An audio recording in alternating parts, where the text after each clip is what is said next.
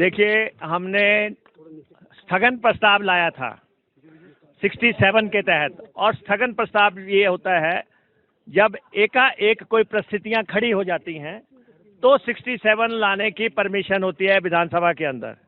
और हम ये कह रहे थे सारे काम रोक के, जो कर्मचारियों के मुद्दे हैं, जिसकी वजह से आज हजारों कर्मचारी जो हैं शिमला आए हुए हैं, जिनको विधानसभा तक आने नहीं दिया जा रहा है, और सबसे अहम मसला ओल्ड पेंशन स्कीम का है। और यहाँ पे आशा कुमारी जी और हमारे विधायकों ने स्थगन प्रस्ताव लाया। डिटेल में आशा जी आपको ब्रीफ करेंगी, लेकिन एक बात जो ये बार बार कह रहे हैं कि ओल्ड पेंशन स्कीम बंद किसने की थी? ओल्ड पेंशन स्कीम बंद की श्रद्धेय अटल बिहारी वाजपेयी जी की सरकार ने 2003 में, उनकी सरकार ने बंद की। उन्होंने राज्य सरकारों को विवश किया कि बंद करो।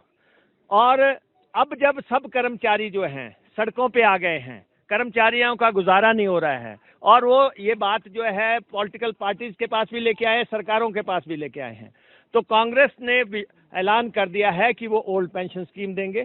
सदन के अंदर भी कह दिया है, सदन के बाहर भी कह दिया है। एक बात और, हमारी लीडरशिप जो है, जो दिल्ली से आई थी, वो भी कह गए हैं। ये कहते हैं पैसा कहाँ से आएगा? पैसे का बंदोबस्त जो 90 दिन के बाद सरकार आ रही है उसने करना है। इनको विश्वास दिला देते हैं, इसके लिए कोई दिल्ली मांगने नहीं जाएंगे। हिमाचल अपने रिसोर्सेज से कर्मचारियों को पेंशन देगा। बाकी आशा जी आपको ब्रीफ। प्रस्ताव दिया था मेरे साथ, और भी विधायक ठाकुर रामलाल जी, अन्य विधायकों ने भी ये प्रस्ताव दिया था।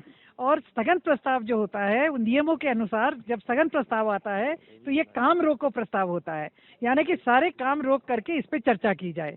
अब स्पीकर महोदय कह रहे हैं कि जो नो कॉन्फिडेंस मोशन आया था उस पे, नो कॉन्फिडेंस मोशन पे तो हमें बोलने ही नहीं दिया, हमारी बात ही रखने नहीं दी।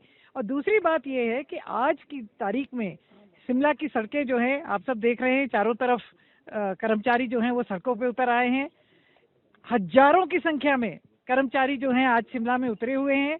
उनकी मांग को रखने के लिए, उनकी बात को रखने के लिए, सरकार के साथ उठाने के लिए हमने ये स्थगन प्रस्ताव लाया था। और जैसा मुकेश अग्निहोत्री जी ने कहा, ये मिसलीड करने का बीजेपी का एक प्रयास रहता है कि किसने जो है एनपीएस लाया। एनपीएस जो है माननीय उस समय के प्रधानमंत्री अटल बिहारी वाजपेयी जी के समय हुआ, और उन्होंने प्रदेश की सरकारों को बाध्य किया कि आपको ये एनपीएस लागू करना होगा वरना आपकी ग्रांट्स बंद हो जाएंगी। तो ऐसी परिस्थिति में सभी, पूरे देश की जितनी सरकारें थी, सबने ये माना और ये लागू हुआ। मगर परिस्थितियां बदलती हैं। आज कांग्रेस पार्टी ने राष्ट्रीय स्तर पे ये फैसला कर लिया है कि जहां जहां कांग्रेस की सरकार बनेगी, जिसमें से कि राजस्थान और छत्तीसगढ़ जो है वो दोनों ही सरकारें इसको लागू कर चुकी हैं, और झारखंड में जहां हमारी सरकार कोलिजन में है उन्होंने भी लागू करने का फैसला कर लिया है। हिमाचल प्रदेश में जैसे ही कांग्रेस की सरकार बनेगी 10 दिन के अंदर ओपीएस को लागू करने का हमारा जो पक्का दृढ़ निश्चय है, हम पूरा करके दिखाएंगे।